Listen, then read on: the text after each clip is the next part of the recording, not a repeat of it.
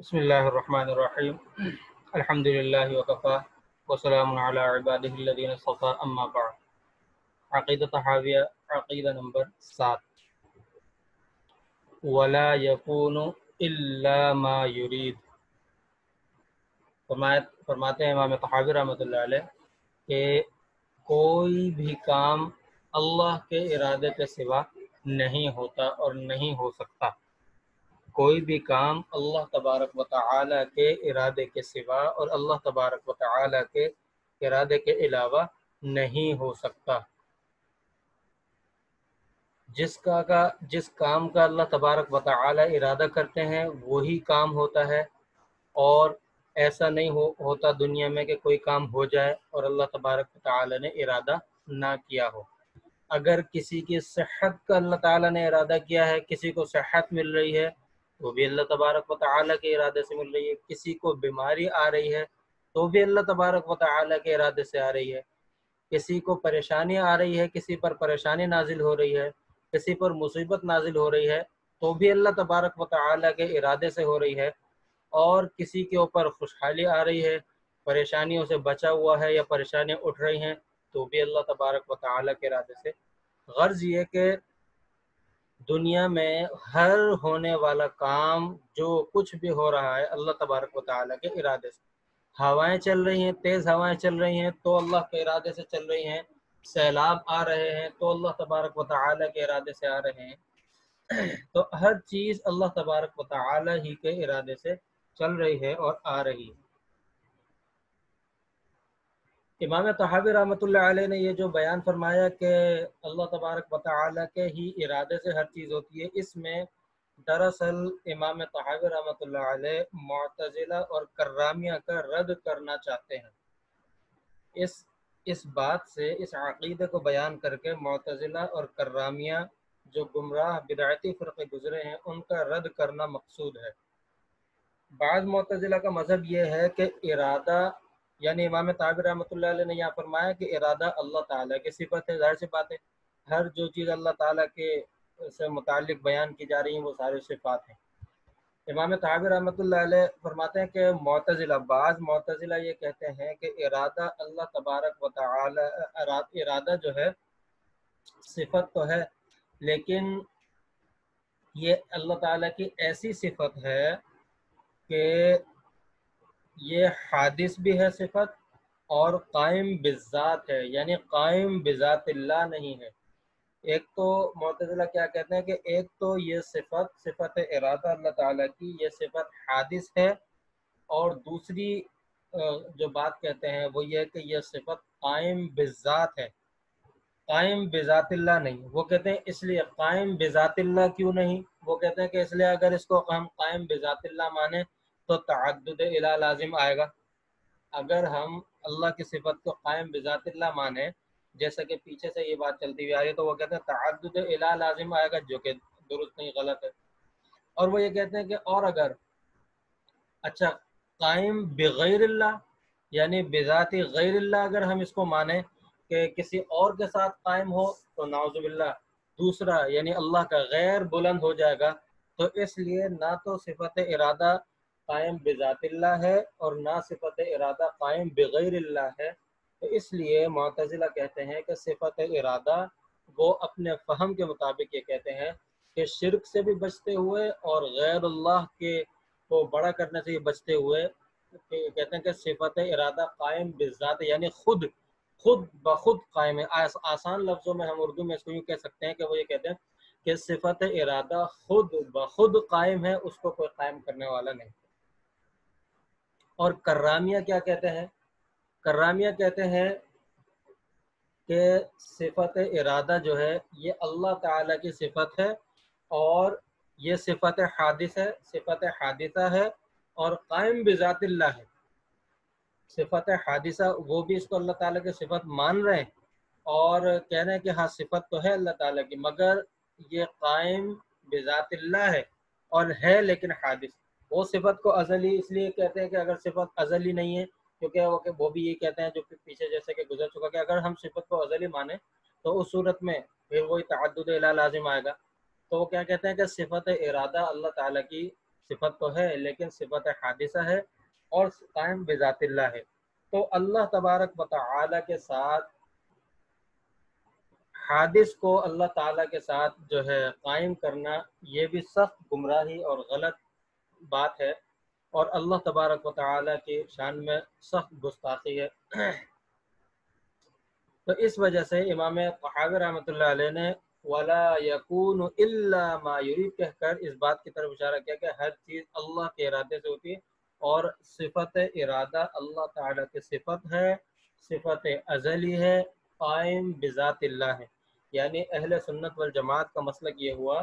کہ ارادہ اللہ تعالیٰ کی صفت بھی ہے، صفت ازلی بھی ہے، اور قائم بذات اللہ بھی ہے۔ جب صفت ازلی ہے تو اس کو قائم بذات اللہ کہنے میں کوئی حرج نہیں۔ خود اللہ تبارک و تعالی بھی ارشاد فرماتا ہے قرآن کریم میں ایک جگہ سورہ یاسین کے آیت نمبر 82 کے اندر اللہ تعالیٰ فرماتا ہے انما امرہ اذا اراد شیئا ان یقول له کن فیکون، یعنی آخری سے پہلی آیت میں کیا فرماتے ہیں، انما امرہ، کہ اس کا حکم کیا ہے، اذا اراد شیئا، کہ جب وہ کسی چیز کا حکم کرتا ہے، یعنی اللہ کا حکم یہ ہے کہ جب وہ کسی چیز کا ارادہ کرتا ہے تو وہ صرف یہ کہتا ہے ہو جا، کن، یعنی وہ کہتا ہے ہو جا، وہ ہو جاتی ہے۔ مطلب یہ کہ یہ بھی سمجھانے کے لیے ہے، اس میں آیت میں جو فرمایا وہ یہ کہ اللہ تعالیٰ ارادہ کرتے ہیں وہ ہو جاتی ہے۔ اسی طرح سورہ بقرہ کے آیت نمبر 253 کے اندر وَلَكِنَّ اللَّهَ يَفْعَلُ مَا يُرِيدُ، یعنی لوگ کچھ نہیں کر سکتے لیکن اللہ تبارک و تعالی جو چاہیں کر سکتے ہیں۔ یہ اہل سنت والجماعت کی عقیدے اور یعنی عقیدہ حقہ کی دلیل ہے یہ دونوں آیتیں۔ تو اس سے امام طحاوی رحمۃ اللہ علیہ نے اللہ تبارک و تعالی کی صفت حادثہ کو بیان کیا اور صفت حادثہ کو قائم بذات اللہ کہا، ازلی کہا، اور اہل سنت والجماعت کے مسلک کو بیان کر دیا۔ اگلا 8ویں نمبر پہ عقیدہ بیان فرمایا لا تبلغه الاوہام ولا تدرکه الافہام، یعنی لا تبلغه الاوہام، یہ عقیدہ نمبر 7 سے، اور ہمیں سلوک اور احسان کی کیا بات پتہ چلتی ہے، تصوف کی کیا بات پتہ چلتی ہے، وہ ابھی انشاءاللہ اس 8ویں عقیدے کی مختصر سی تشریح کے بعد بتاؤں گا، کیونکہ اس کی مختصر سی تشریح فرماتے ہیں لا تبلغ الاوہام، وہم، سوچ، وہم یعنی سوچ اللہ تبارک و تعالی تک پہنچ ہی نہیں سکتا، یعنی کوئی اللہ تبارک و تعالی کی اصل حقیقت اور اصل کن کو سوچ ہی نہیں سکتا۔ ولا تدرکہ الافہام، کتنا ہی فہیم ہو، کتنا ہی ذی فہم شخص ہو، کتنا ہی زیادہ جو ہے اس کا فہم اور ادراک ہو، لیکن فرماتے ہیں اس کے ادراک، اس کے جو فہم ہے، سمجھنے کی صلاحیت ہے، وہ بھی اللہ تبارک و تعالی کا بالکلیہ اور حقیقی ادراک نہیں کر سکتے۔ یعنی اس کے اندر امام طحاوی رحمۃ اللہ علیہ نے فرمایا کہ مخلوق یعنی اللہ تبارک و تعالی مخلوق کے مشابہ نہیں، مخلوق اور اللہ تعالی میں بہت بڑا فرق ہے۔ یہ بات امام طحاوی رحمۃ اللہ علیہ آگے ایک اور عقیدے کے اندر بھی بیان فرما رہے ہیں، عقیدہ نمبر 9 کے اندر۔ تو یہاں فرماتا ہے کہ یعنی کوئی اللہ تبارک و تعالیٰ کی ذات اتنے اعلیٰ و برتر بالا ہے کہ کوئی سوچ بھی نہیں سکتا اللہ تعالیٰ کیسے ہوں گے، اور کوئی کسی کی فہم، عقل اور جو ہے سمجھ جا ہی نہیں سکتی کہ اللہ تبارک، یعنی کوئی اپنی سمجھ کے ذریعے سے بھی نہیں بتا سکتا کہ اللہ تبارک و تعالیٰ کیسے ہوں گے، اللہ تعالیٰ کی ذات کیسی ہوگی۔ تو اس 8ویں عقیدے میں امام طحاوی رحمۃ اللہ علیہ نے اسی کو ثابت کیا ہے اور اس کی تردید کی ہے۔ ولا یکون الا ما یرید، ہر کام اللہ تبارک و تعالی کے چاہنے سے ہوتا ہے۔ مصیبت آئی، بیماری آئی، پریشانی آئی، کوئی بھی معاملہ ہوا، اللہ تبارک و تعالی کے چاہنے سے ہوا۔ مصیبت اٹھے گی، صحت ملے گی، کوئی پریشانی اٹھے گی، وہ بھی اللہ تبارک و تعالی ہی کی چاہت اور ارادے سے اٹھے گی۔ تو یہاں سے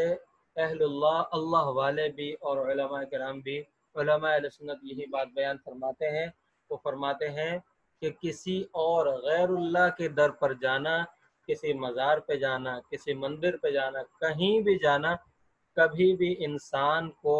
شفا نہیں مل سکتی، اس کی مصیبت نہیں اٹھ سکتی، اس کی پریشانی حل نہیں ہو سکتی۔ اگر اس کی پریشانی حل ہوگی، اس کو شفا ملے گی، اس کی پریشانی اٹھے گی، تو کس سے اٹھے گی؟ الا ما یرید، اللہ تبارک و تعالیٰ کے ارادے سے۔ اور اللہ تبارک و تعالیٰ کے ارادے سے اٹھے گی ہم جب ہم اللہ تعالیٰ سے ہی رجوع کریں گے، شرک نہیں کریں گے غیر اللہ کے در پہ جا کے، اور جو ہے مزاروں پہ جا کر یا مندروں پہ جا کر ہم شرک نہیں کریں گے، جبھی اللہ تبارک و تعالیٰ کے ارادے سے یہ چیزیں ہم سے اٹھیں گی۔ نوے عقیدے میں امام طحاوی رحمۃ اللہ علیہ کیا فرماتے ہیں؟ وَلَا يُشْبِهُ الْأَنَامِ، فرمایا کہ مخلوق یشبہ یعنی اس کے مشابہ نہیں ہے۔ کیا نہیں ہے اس کے مشابہ؟ الانام یعنی مخلوق۔ فرماتے ہیں کہ مخلوق اللہ تبارک و تعالی کے مشابہ نہیں ہے۔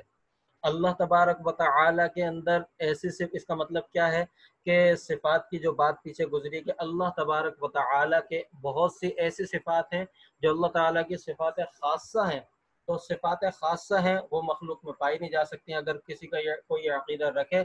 کہ یہ مخلوق کے اندر مثال کے طور پر رزاق کی صفت ہے، صفت رزق دینے کی صفت ہے، اولاد دینے کی صفت ہے، وغیرہ وغیرہ بہت ساری صفات ہیں، اگر کسی کا یہ عقیدہ ہو کہ یہ اللہ کے علاوہ اور بھی کوئی یہ کر سکتا ہے تو وہ مشرک۔ تو اسی طرح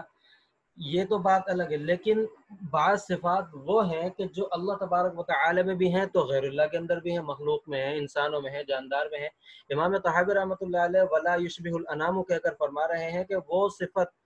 مثال کے طور پر صفت حلیم اللہ تعالیٰ کے اندر کامل ہے، غیر اللہ کے اندر ناقص ہے انتہائی۔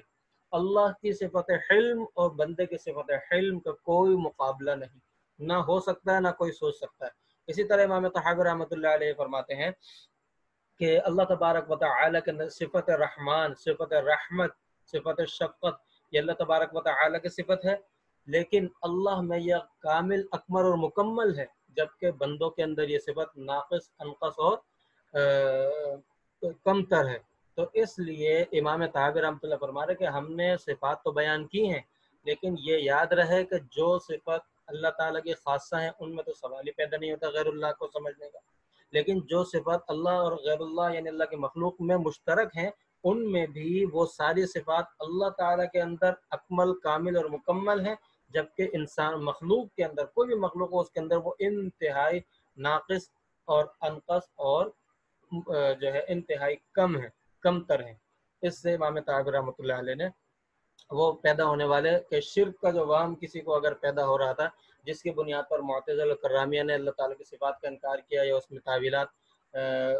غلط تعویلات کی، اس کو بھی امام طحاوی رحمۃ اللہ علیہ نے گرا دیا۔ اور دوسرا یہ فرماتا، اور خود اللہ تبارک و تعالیٰ فرماتے ہیں قرآن کریم میں، اگر ہم دیکھیں سورہ شورى کی آیت نمبر 11 جو ہے 25ویں سپارے کے اندر، اس کے اندر اللہ تعالیٰ فرماتے ہیں لیس کمثلہ شیء وہو السمیع البصیر، کہ اللہ تبارک و تعالی جیسا کوئی نہیں، اللہ کے مثل کوئی نہیں۔ آگے اللہ تعالیٰ نے دو صفت بیان کرتے ہیں، وہ سمیع البصیر، صفت سمع غیر اللہ کے اندر تو ہے ہی، غیر اللہ کے اندر بھی صفت بصر دیکھنے کی، یعنی صفت سمع سننے کی صفت، صفت بصر دیکھنے کی صفت، یہ دونوں اللہ کے علاوہ بندوں کے اندر بھی یہ صفت ہے۔ مگر اللہ تبارک و تعالی قرآن کریم میں کیا فرما رہے اس آیت کے اندر کہ اللہ کی مثل کوئی نہیں ہو سکتا۔ اس آیت کے اندر یہی بتا دیا کہ یہ صفات اللہ تعالیٰ کے اندر کامل، اکمل اور مکمل ہیں، اور اللہ کی مخلوق یعنی غیر اللہ کے اندر ناقص، انقص اور کمتر ہیں۔ وآخر دعوانا الحمد للہ رب العالمین وعلى آلہ واصحابہ البر الميامين۔